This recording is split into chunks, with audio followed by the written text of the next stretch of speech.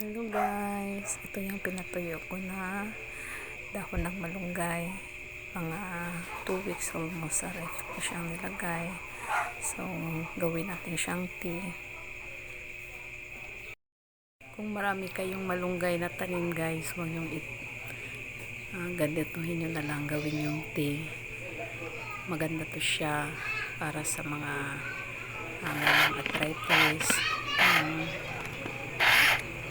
Maganda din to siya sa ating katawan guys. Nakakatulong to kasi nga ang malunggay is 80g ang vitamins nito.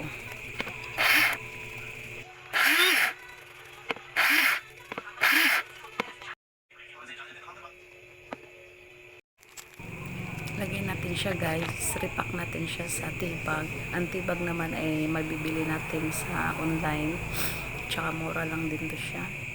So yan guys, sarap talaga siya kung gusto mo na makatulog ka ng mahimbing. Mag-inom ka nito sa umaga tsaka sa gabi. Tsaka tested ko na talaga to siya guys, ang malunggay tea. So marami ang nagawa ko guys doon sa ginawa kong patuyo ng dahon.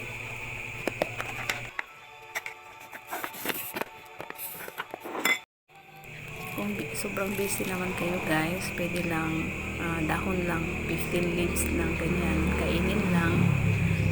Ang lasa niyan is maanghang siya konti.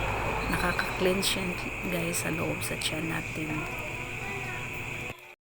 Ito din siya guys, method to siya kung meron kayong prima, ubo, 7 leaves siya, 2 tasa na tubig, pakuluan. Pagkakulo niyan guys, huwag i-overcook. So yan ang gawin. Hello everyone, good day, have a blessed day sa inyong lahat. Ipapakita ko lang sa inyo guys ano ang nagagawa ng bunga ng malunggay sa atin. So, effective to siya, nagamit ko na to siya. Kung meron man lang kayo ng ganito guys, bunga ng malunggay, huwag nyo itapon, balatan nyo, ganyan. Yan siya, ito ang bunga niya, tapos balatan nyo lang siya, ganyan. Pwede nyo to siyang inumin para sa sakit sa tiyan. So, pwede nyo to siya pag marami, i-store nyo lang, lagay nyo sa bote nyo, pang emergency lang to siya, di ba yung gamot sa sakit sa tiyan, para siyang mapait-pait. So, ganito din to siya guys, maganda sa ano to, super effective to siya, nagamit ko na rin to siya. So, ganyan lang guys, para siyang peanut.